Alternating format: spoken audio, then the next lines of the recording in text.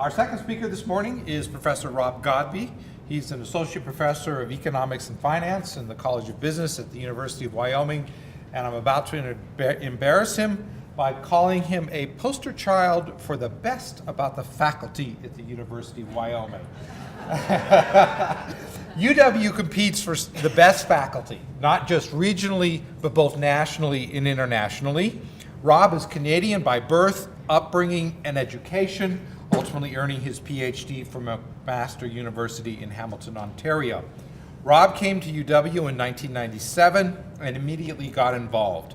To keep himself balanced, I'll use a safe word there, balanced during those first intense years of teaching when you're putting together your first courses and trying to make it to class on time, ready, and prepared every time. To keep that balance, he coached UW's mountain biking team. And during the years that he was coach, the mountain biking team moved first into Division II, ultimately into Division I, and many years during his tenure, we were ranked in single digits nationally. So he did a real good job there. But most importantly is, of course, Professor Godby's academics. He's an expert on matters of international finance. His book came out just in December called The European Financial Crisis, Debt, Growth, and Economic Policy. National energy policy and its implementation form another key area of his research, where he publishes on emissions trading, energy distribution, and the economics of electricity transmission. But Rob's research has a broad impact just here specifically in Wyoming.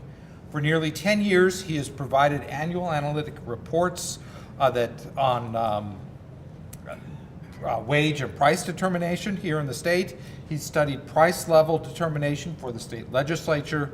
His analyses have helped the legislature in their work to adjust the Wyoming educational funding model. And of course, he regularly contributes to the quarterly Wyoming Business Report, working mostly on the state's and the nation's economic circumstance. So Professor Godby, in many ways, exemplifies how the university brings in people of international quality who maintain their international expertise while making significant contributions to the state of Wyoming. So today, Rob is actually going to take on a slightly different economic subject, that of income inequality, with his talk, Income Inequality and America's Coming Economic Challenges. Rob. Well, thank you very much for that overly generous introduction. So what I want to do is just talk about income inequality and the issues around it. I'd be glad to take questions later on, or maybe after the talk if we have time, about things like the minimum wage or what's going on in Wyoming, but I don't talk about them in the talk. And I mean, these are major policy issues. What I'd like to do is just take a step back and maybe just look at the issues in general. And some of the books that the public libraries put out on the table out there, I actually refer to in here, and they're good reading. So if you want to know more about this, I'd be glad to tell you. It's a huge area. It's been around for a few hundred years, and obviously all we can do today is scratch the surface. So what I'll start with is just kind of figuring out, the question seems to be that people are more and more concerned about, maybe they'll make a horror film about it, I'm not sure, are the evils of the McJobs, right? These seem to be the new current jobs in the economy, and people are very concerned about that. And by the way, since I have this big screen and I've never been able to do it before, I might go kind of weatherman on you and point to things like this. So the other big thing that people are concerned about, obviously, are benefits, which used to come with jobs and no longer do. And so people are very concerned about that. Clearly, healthcare has become a big issue, and so few people are able to either afford it, and firms no longer offer it, that it became, the cornerstone of the Affordable Care Act, which of course had a response, which is just, is this the role of government in our society? And of course, this has really polarized people between the haves and the have-nots, and also just even the have-nots arguing that they should not. So these issues come up over and over again.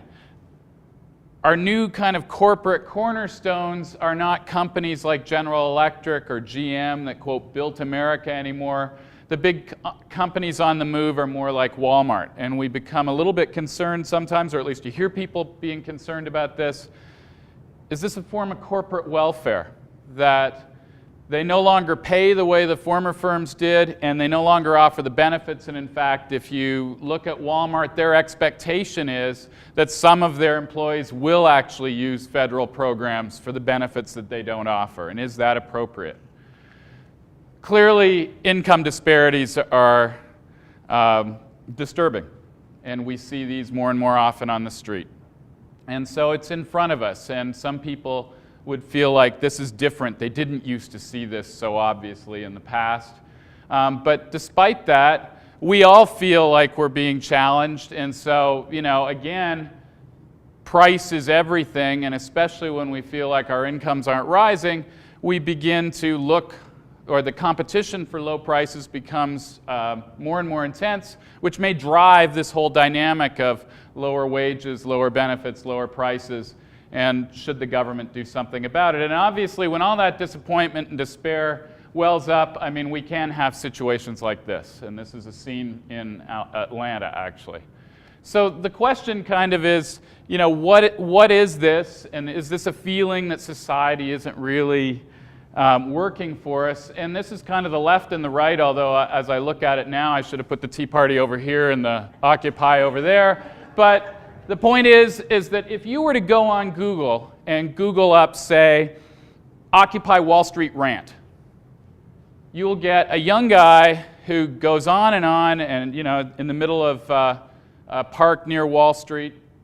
And what is he arguing about? He's arguing about the Fed and about the unfairness of bailing out banks and people losing their houses and the government's role.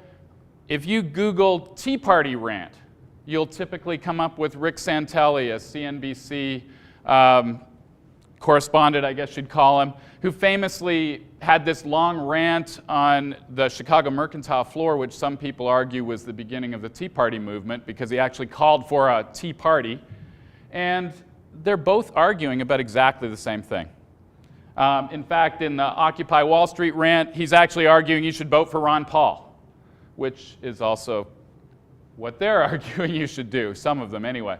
So both are reactions to the same thing. They're from the left and the right. Normally these people wouldn't talk about the same things or talk to each other, and they still, I'm not sure, talk to each other, but they're both reactions to the same trend. So that's what I'll try to talk a little bit about today.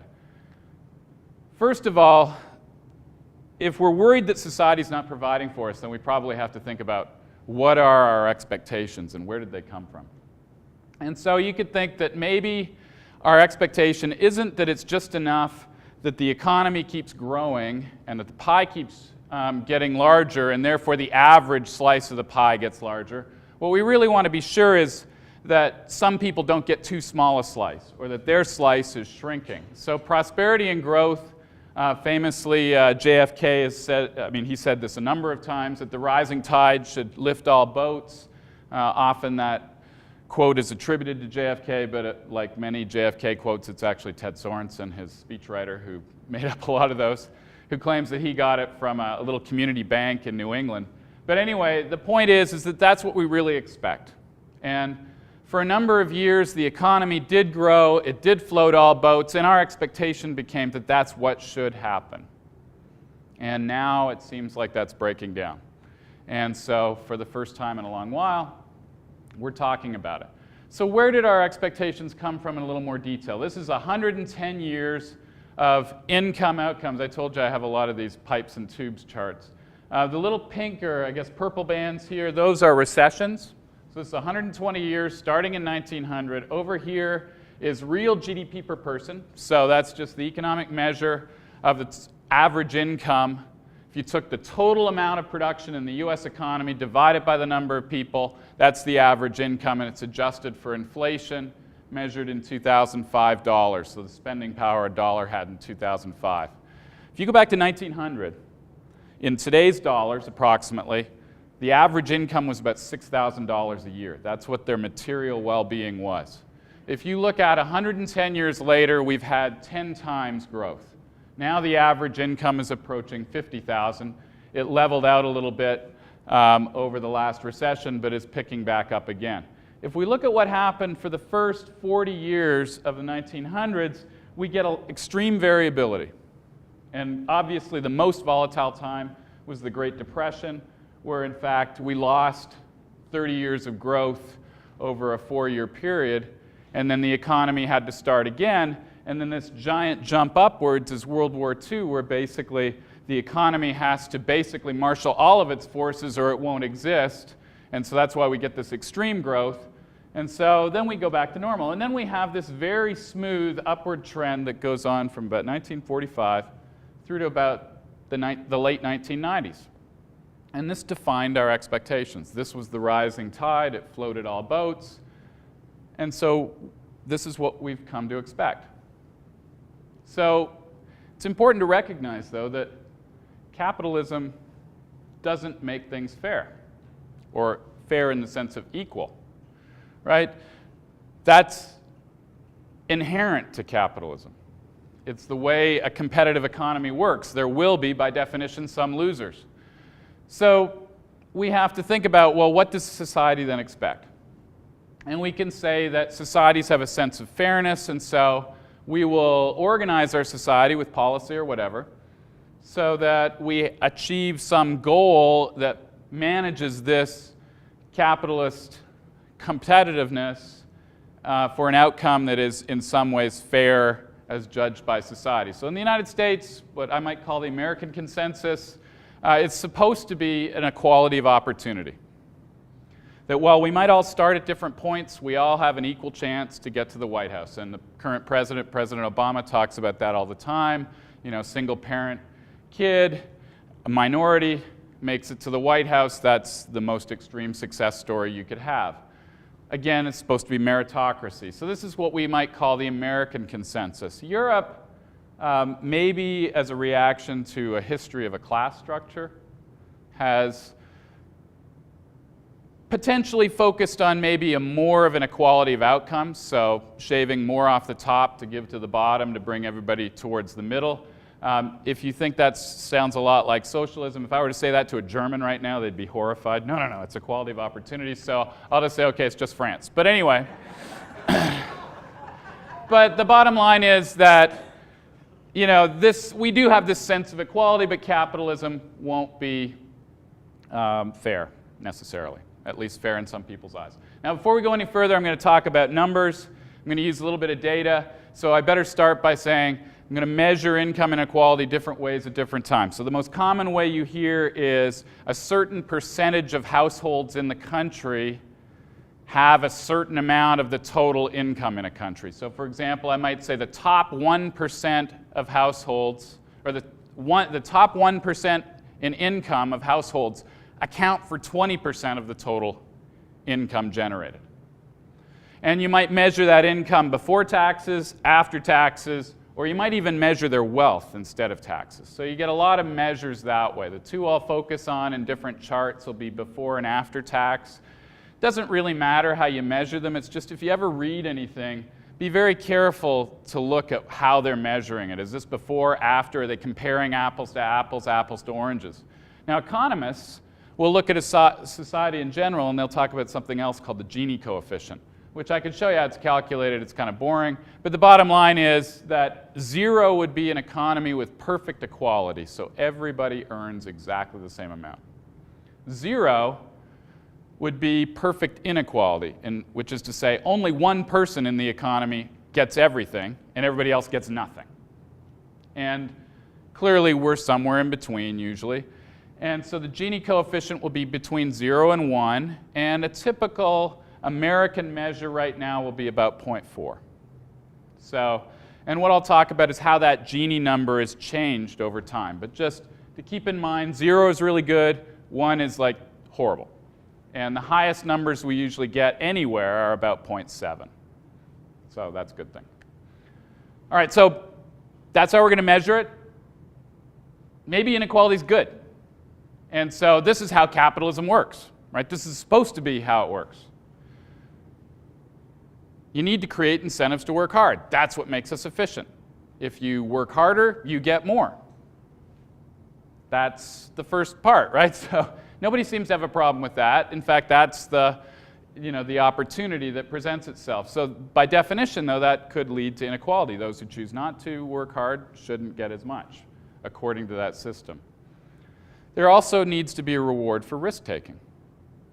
So the more risk you take, the more returns you may earn, in which case, again, we may have an unequal outcome because somebody who took a risk may have more than somebody who didn't.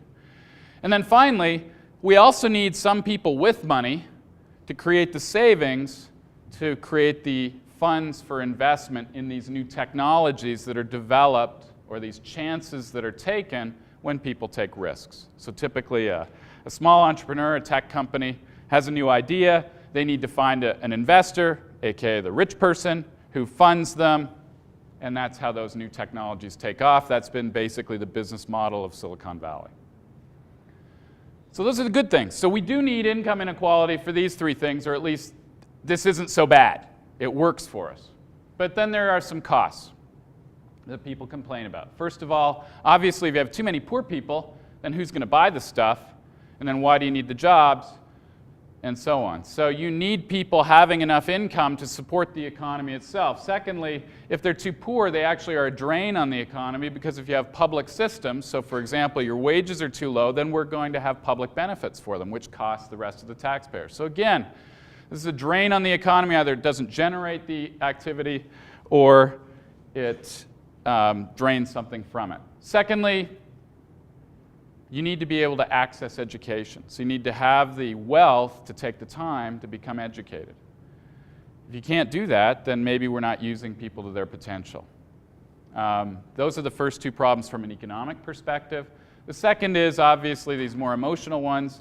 If you have a lot of income inequality, clearly it creates resentment. You could elect people who encourage policies that retard economic growth in some way. They maybe aren't the best economic policies in terms of the economy itself, but they're a reaction to concerns that the public has. Or you could have civil unrest, and clearly burning things down is not good for the economy. Finally, and this is maybe the most damaging, is we're very concerned nowadays that if you have too much inequality, some people with extreme wealth have more access to political power. And we've heard a lot about that recently. So these are some of the bads, especially when you put an economic system on top of an elected political system. So just to go back in time, this is a new discussion. At least in American society, we haven't talked about income inequality as seriously as we are now in many years. But it's not a new discussion. There was a group of classical economists, and they were very interested in this. So what happened? We just forgot about it for a while as economists, and I'll tell you why.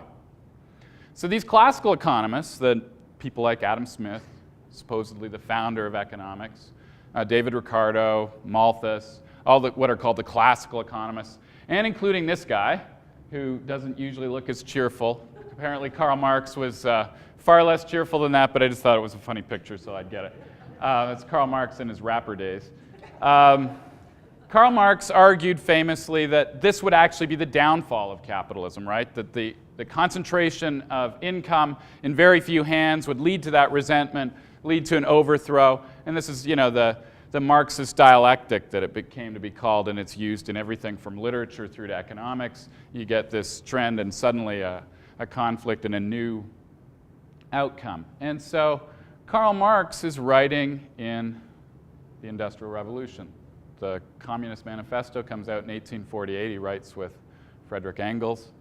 And really, this is the reaction, right? It's the concern of some people get their earnings from owning the production, the means of production, and other people sell their labor to the owners of the means of production. And the money all seems to go to the people who own it, not the people who do the work. So the Industrial Revolution begins to significantly increase income inequality. In England, at the beginning of the Industrial Revolution, income inequality was about the same as in the United States today. By the mid-1880s, it's at the same level as it is in Brazil, which is about 50% worse if you measure it by the Gini coefficient than we have. So 0.4 in the 1840s, by the 1880s is about 0.65. And this income inequality is causing a lot of problems. people are not, they're just as frustrated as they are now, more so in fact. And we get the rise of unions, organized labor, and communist movement begins. This is what the manifesto was about. And, it maybe peaks in 1917 with the Russian Revolution, but really communism, the capitalists who do actually control, say, the House of Lords in England, for certain, often the landed gentry also now own the means of production, they're very worried that this might be the overflow or the overthrow of capitalism. And so we get a lot of changes actually to protect capitalism, to give a little bit back. And these changed our society. So in Germany, it begins in the 1880s. The Bismarck system is the beginning of healthcare, some social safety net. In Britain, Lloyd George, this is a poster of what was called the social reform program that Lloyd George put forward, a famous British politician. And basically this brought in progressive taxes, which was a brand new thing. And we all take progressive taxes mostly for granted now, that the rich don't only pay more taxes, but they pay more taxes as a proportion of their income. That was brand new. Up to that point, it used to be a flat tax. They also put in an inheritance tax because there was a concern that the wealthy were going to be the new upper class and they would just perpetuate themselves. And this was a way to stop that. So redistribution begins, taking from the rich, giving to the poor. Some people call it the Robin Hood economy. In the United States, Teddy Roosevelt, same pressures. In America, we often have different ways of doing things. The income tax came in before the war in 1913. But the square deal. And again, capitalism seems to be hurting people. The square deal was the 3 C's, conservation, which we see in Wyoming, but also corporate control and consumer protection. And that, again, was to make sure that the labor were not being taken advantage of by the large firms. And then finally, Franklin Delano Roosevelt, New Deal, which creates the modern social safety net that we do take for granted today. So these are all major changes in society, and they were all responses to income inequality 100 years ago. So why did we stop thinking about it? Well, there's a guy named Kuznets. There's a picture of him in his later years. He didn't look like this when he found this, but he also was looking at this, and he said, does capitalism need to cause inequality? And what he found was this was the relationship that we saw, that income inequality goes up as income per person goes up. This is the growth of capitalism, the Industrial Revolution. But then, surprisingly enough, you hit a certain key point and income inequality goes back down. And what he argued was we had been watching the Industrial Revolution in its earliest stages when people moved from the farms to the factories. Clearly they have low wages to begin with, but now they accumulate wealth, they accumulate skills, they accumulate knowledge, and then they begin to share in that value that they create.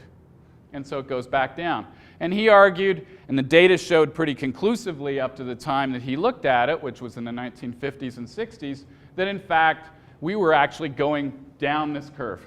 In other words, income inequality was getting better, not worse, even though we were getting richer and we still had a capitalist system.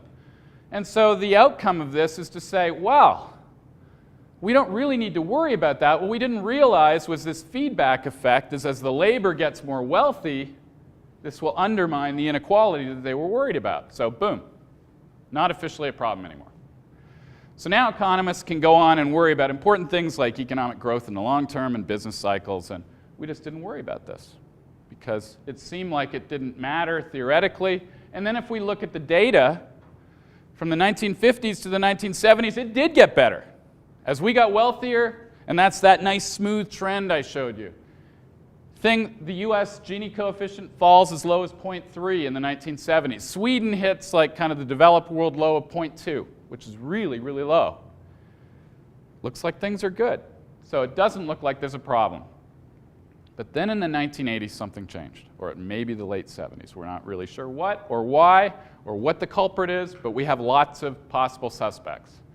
This is a new book that you may have heard about. It's gotten a lot of news lately, if you're an economist anyway.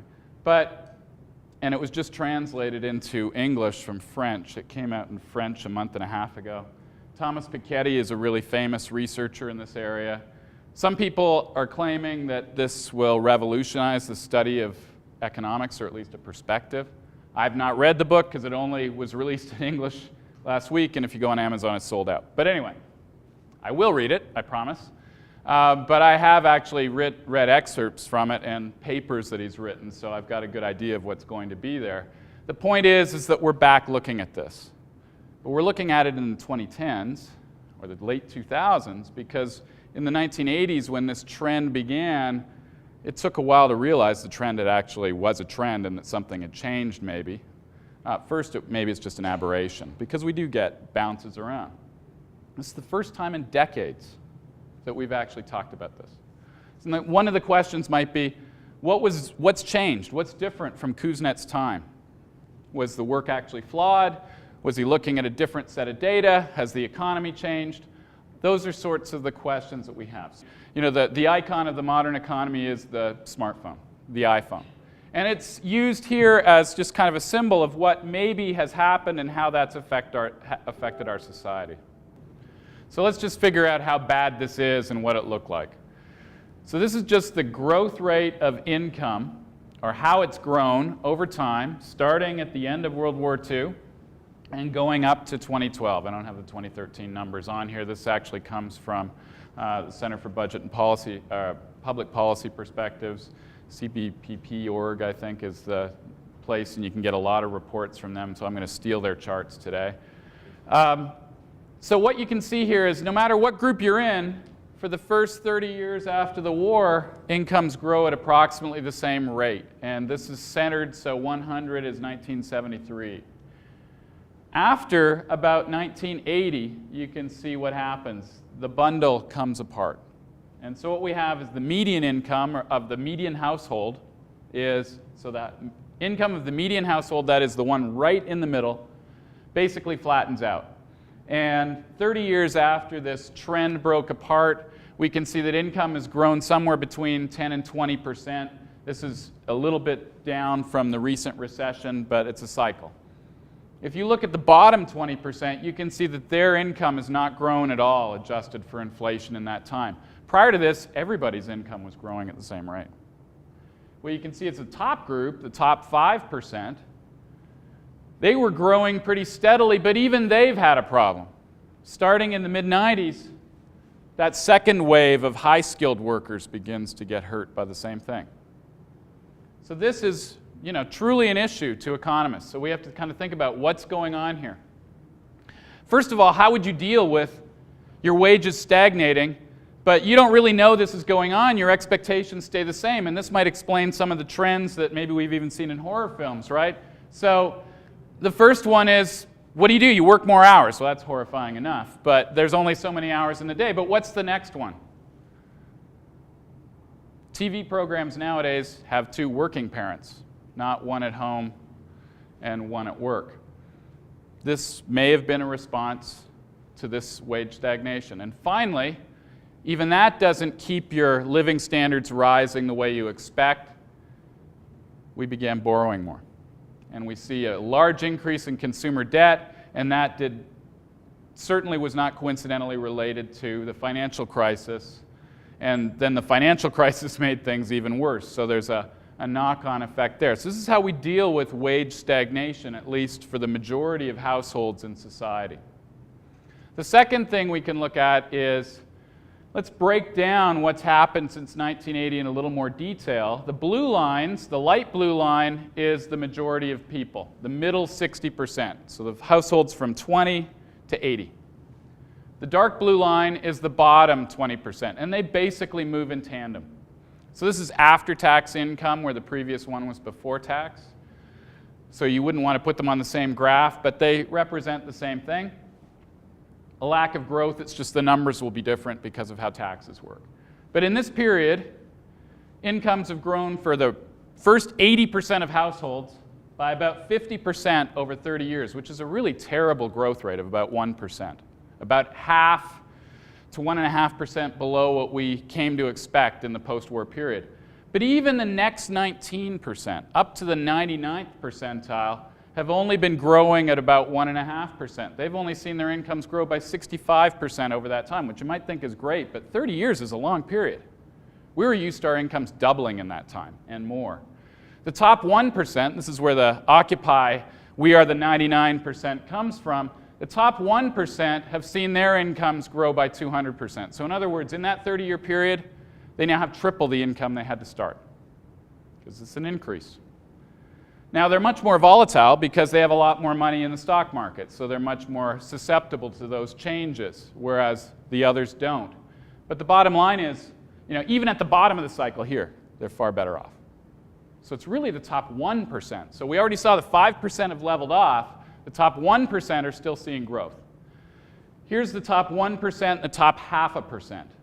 And this is the share of total income that they have had since 1920, or even 1910 or 1900. And we can see right now the amount of income that the top 1% accounts for is the same as it was in the 1920s or even in the Gilded Age. This is where we were when we talked about that Great Compression. Most of the gains were going to the middle. Now they seem to be going to an elite few in the top 1%. So what's going on here? Let's look at even a higher group. The top 1/100th of 1%. So there's 117 million households in the economy. This is 15,000, almost 16,000 households. Their average income per year is about $8 million a year. Okay, this is 1/100th of 1% of the households in the economy. Their income accounts for 5% of the total income. So some people would argue that's not fair. Others would argue, well, they've earned it. But the point is that's much different than we were 30 years ago. And again, the trend started changing in the 80s. So we have to ask, what's going on? First of all, is it just us? And the answer is no. If you look at emerging markets, so the left-hand panel here is 1980 is orange, dark is 2010. These are the Gini coefficients. Higher, remember, is worse. Every country except Brazil, which started at like a dismal 0.55, has gotten worse. Both emerging markets, the BRICS, China, Brazil, South Africa, India, and the developed economies. If we look across the developed economies on the right and we look at measuring market income or after taxes, where taxes are supposed to redistribute, we see again these are very high Gini coefficients, right? So, and worst of all is us. We are the least equal of the developed economies. Now, is that really bad? Well, if you look at worldwide, it turns out that income inequality between the richest countries and the poorest countries has actually stopped getting worse. This is how it looked over the 1800s. It was growing, growing, growing, so the rich are very rich, the poor are left behind. Since about 1980, that's stopped, or maybe even reversed. It's too hard to tell with a trend that's so new. So what we can say is the rest of the world is not falling behind, maybe even beginning to catch up, and all the developed economies have hooked the other way. They're becoming more unequal. So this begins to tell us, okay, so globalization might have something to do with this. Are we the land of opportunity?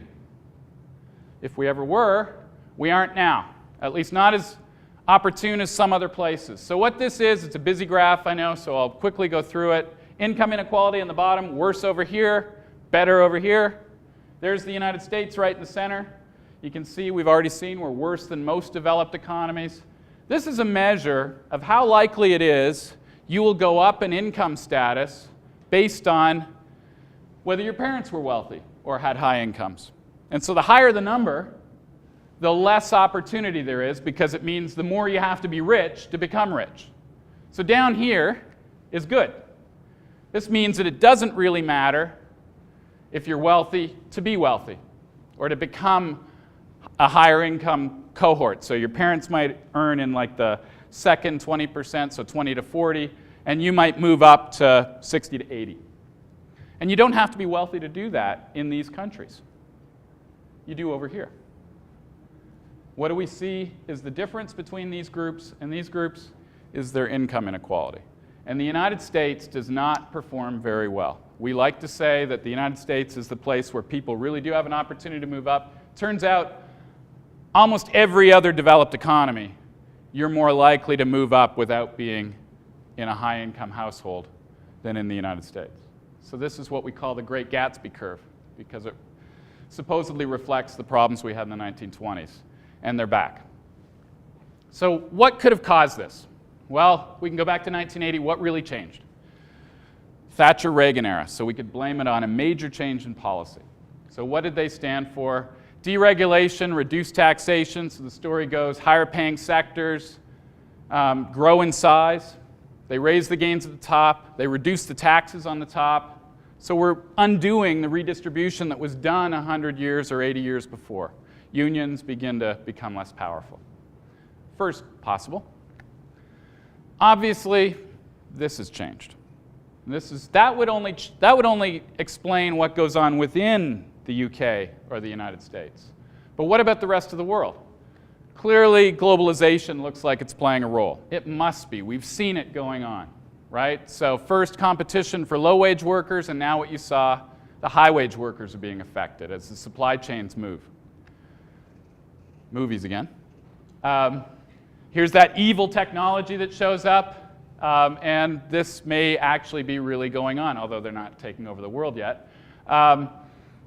Technology makes the returns to the best educated higher, reduces the value of the less educated. So most educated higher, less educated worse. Machines replace workers, and it also changes the nature of labor. You need to be able to work with technology now. If you don't have those skills, you're in trouble. We can think of the 40 and 50-year-old people 10 or 20 years ago that couldn't deal with the advent of computers. Maybe it's those two trends, and in fact, those two trends are probably the most important, but some people blame other things, and they comment on things like rent seeking. So we can look at CEO salaries. In the 1960s, the average CEO earned 20 times what the worker in their company did. Today, does anybody know what that number is? It's 380 times. And a lot of people argue that the CEOs are actually basically extracting value out of their company as kind of a ransom to stay there. And the reason that people pay them so much is because they claim they're responsible. It's the superstar effect. The very best gets paid much more than the second best. And the most famous, not to say he was a bad guy, but the most famous of these superstar CEOs was Steve Jobs, and not coincidentally, what is he holding but the iPhone, right? So that might be one of the things. In fact, Joe Stiglitz, a famous economist, blames a lot of it on that. There could be other things. Social changes. Maybe the structure of households is changing. Single-parent families again. Only one income earner. Clearly that's going to divide the economy when we used to have two. Delayed marriage will mean more single households longer. Again, would have that effect. Assortative mating is just a fancy word to say that people match up with people like them. So the doctor doesn't marry the nurse anymore, the doctor marries another doctor, which would create a higher dual income family. Maybe it's aging. We don't know. And it could be the interaction of all those. So what do? Well, we could go back to more redistribution. Tax the wealthy more, eliminate tax loopholes, Meanstest social programs, so Social Security famously, your contribution tops out if you earn $117,000 or more. Up to that point, it's a proportion of your income. Why doesn't it keep going? We could do that. We could change who gets the benefits. Maybe we don't give them out equally. Maybe if you're past a certain threshold, you get nothing. We could expand other support programs. Again, this is all redistribution, right? Take from the rich because they got to finance it, give it to the poor. Problems, politics. We're not, typically in the United States, is less likely to do redistribution than other countries, and this also undermines economic efficiency. What are the incentives when you do this? Will people try to work? Education. Again, 1980 is this turning point. Till that point, the real hourly wages, regardless of your education level, were about the same. Since then, if you have less than high school, you're in real trouble. You're making about 85% of what you did in the 1980s. High school, about the same, but the interesting thing is college is not much better.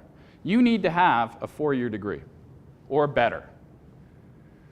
So we're spreading out based on education. So maybe this, again, goes to that technology theory. So maybe what we need to do is expand our retraining programs, because maybe it's the case that these lower households don't have the skill that the economy needs, so it'd be good for everybody and good for them. Expand education support and funding, because it's hard to afford higher education now. If that's what you need, it's very expensive. This seems like a catch-22. The poor can't afford it. And another problem that we really need to talk about is the inequities of the quality of kindergarten to grade 12 education. In the sense, some places prepare people for college, other places don't. We need to fix that. We may need to think about new ways to deliver education, not the traditional way. But again, education is so expensive to do. Secondly, who should be doing it? If we're going to retrain people, shouldn't the firms do it? It's for them. Or should government do it? And the politics of education reform are really nasty. So, the Bush administration found this out on the Republican side. Obama's found it out on the Democrat side. So it's tough to get started. The Common Core is the most recent issue. So another question is, should we do anything at all? Now, Joe Stiglitz, and I noticed this book is out on the table out there. This is a great book, by the way. He argues that on a moral and economic basis, we absolutely have to do something. That income inequality is slowing growth, causing a lot, it's almost like a cancer on the economy, and so we need to fix it. And he argues that pretty persuasively. The thing is, you can write a book and say that. And you have a Nobel Prize, so people will listen. However, it's much harder to prove that in a rigorous scientific economic paper. What you'll find is that there might be a correlation between inequality and, say, slower growth, but you can't point the finger and say that's the cause. And then the concern people have is if you jump to the wrong conclusion and it's not the cause, and you start attacking income inequality, you may actually make things worse. And so this is the do no harm principle. If you're not sure it's the cause, don't jump to the wrong conclusion. So we might argue maybe we shouldn't do anything yet until we know for sure. Other people argue, and again, I saw this book on the table as well, and this is actually a really cool book. He spends a whole bunch of time speculating about how the next 50 years might look as how we work with computers. It's actually really interesting.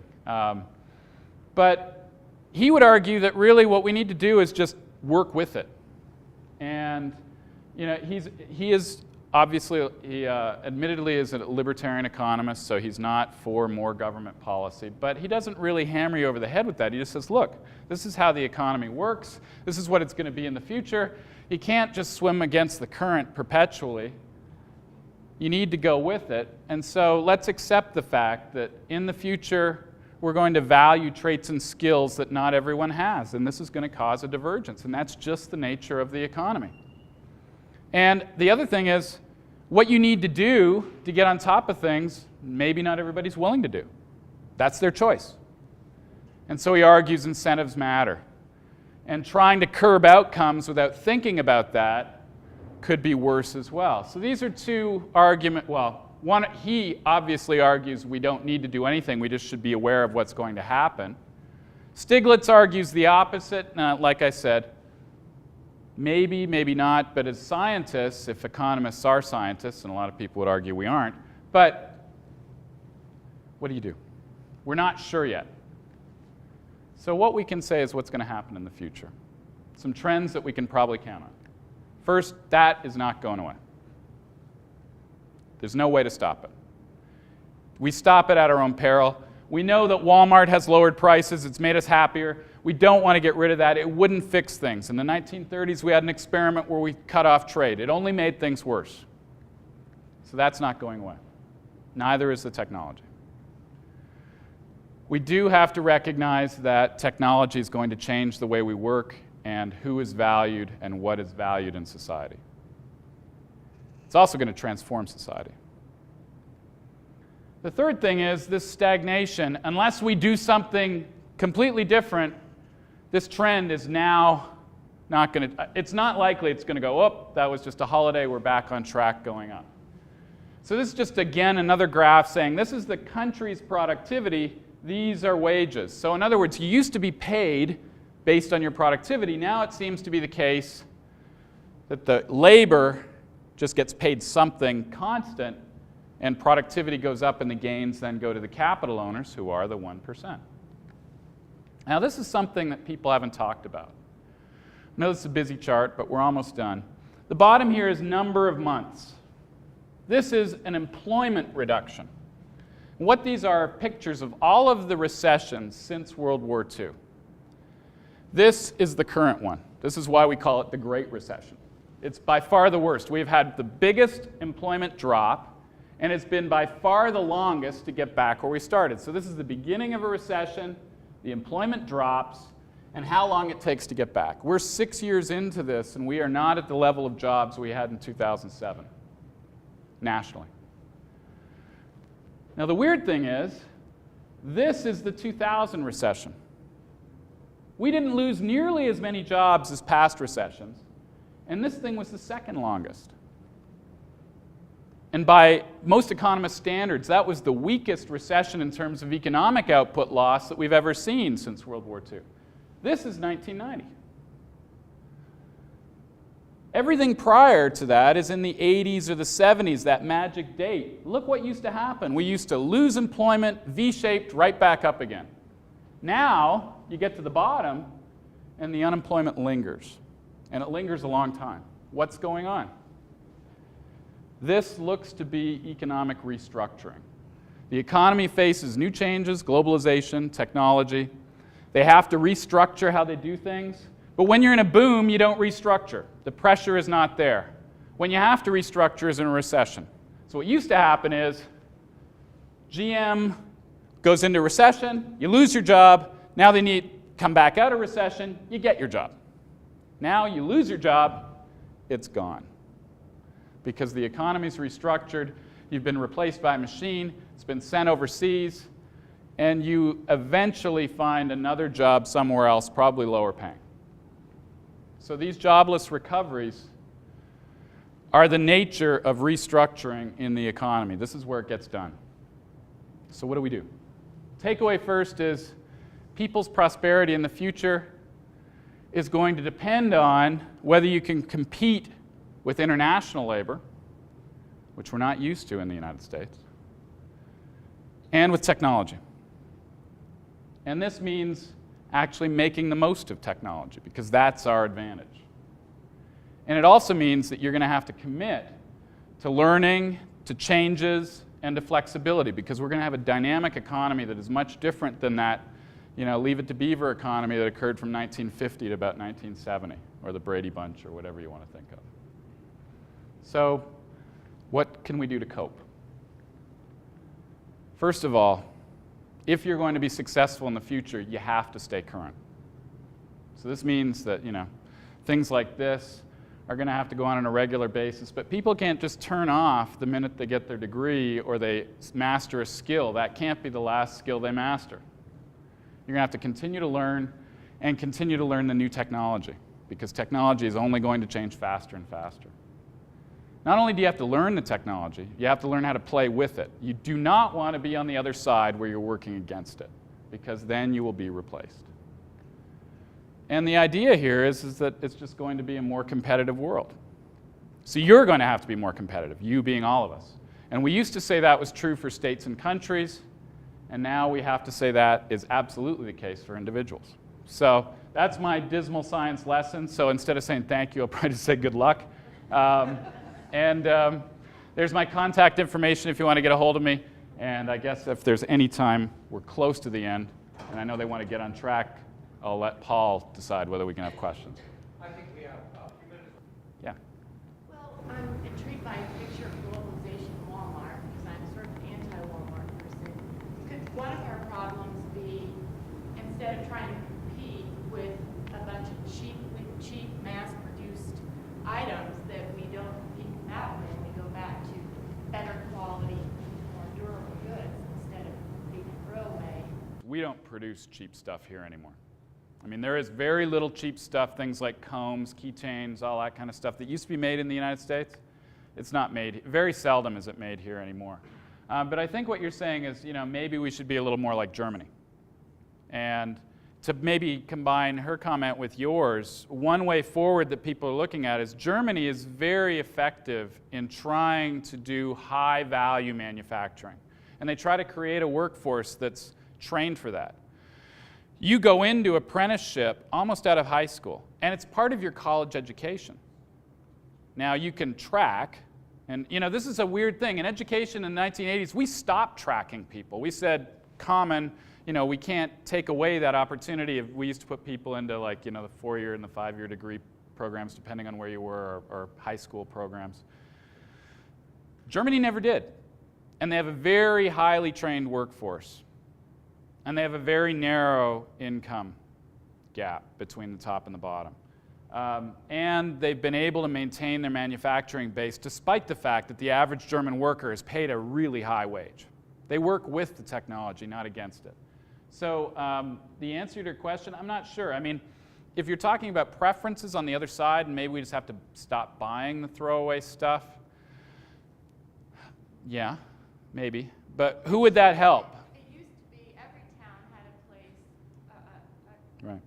shoe repair guy who Right. done it, his father did it. Right. Now we Shoes just then got rehealed, and Right. we had those shoes forever, and now those people don't exist anymore. Right. It's just to throw them It's away. now actually cheaper to buy a new pair of shoes than it is to get fixed. And this is the problem. Electronics will tell you Yeah. it's too expensive to repair, throw it away and get a new one. And that's the case, yeah. Part of the problem here is just it's become so cheap for those commodities that it's part of the reason why we don't repair things.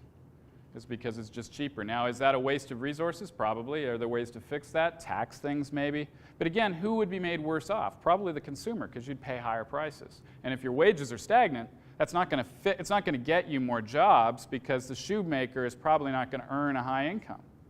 So now you've got less buying power on a stagnant income. So I'm not arguing with you. I'm just saying these are the complexities. Like trying to fix this is really, fix.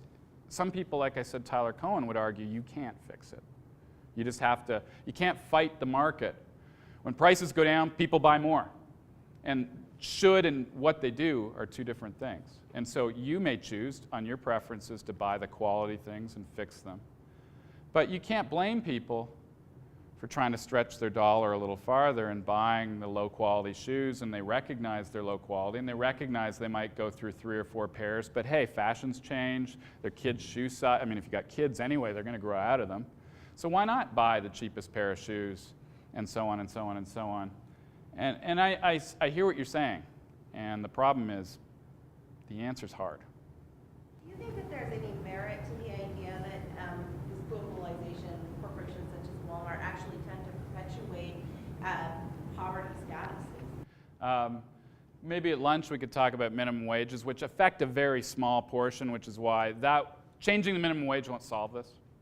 But it turns out if Walmart increased their wage from an average about $8.50 to about $12, prices at Walmart would go up once by about 1%. And then they would track inflation after that. So does Walmart have an incentive to do that? Not unless Target and Kmart and whoever, Bargain Barn or Dollar Store and everybody else will do that. They don't want to lose. It's a very competitive world in retail. But yeah, that is a big part of the problem. McDonald's put out a really famous jobs pamphlet about how, trying to train or help their employees. How do you get by? And people went and looked online. It was a private pamphlet on their private system. And somebody got a hold of it. And what they didn't really highlight in there was all of their ideas assumed that not only did you work at McDonald's, but you worked somewhere else. And basically they were saying, you can't make it on just our salary. And of course, McDonald's employees aren't just high school students anymore. The majority of them are adults, out of school. Back when I was in high school, I worked at McDonald's, and that was when most of the McDonald's employees were high school kids. But that's not the case now. You can go into any McDonald's, and unless it's late in the evening, it's mostly non-students who are working. And fewer, by the way. There's far fewer people in a McDonald's than there was 30 years ago. Thank you very much, Tom. You're welcome. So we'll take about a 10-minute break. Come back for 11:30 in our last talk.